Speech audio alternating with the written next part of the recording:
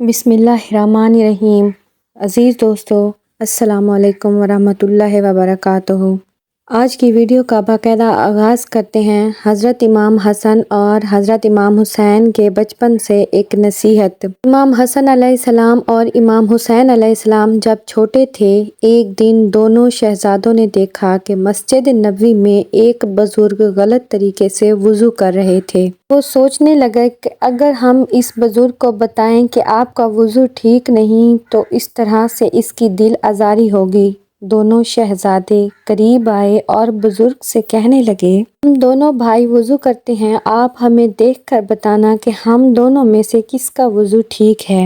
امام حسن علیہ السلام اور امام حسین علیہ السلام نے جب وضو کیا تو یہ دیکھ کر بزرگ کہنے لگے، شہزادو، آپ دونوں نے ٹھیک وضو کیا ہے، میں نے ٹھیک طریقے سے وضو نہیں کیا تھا۔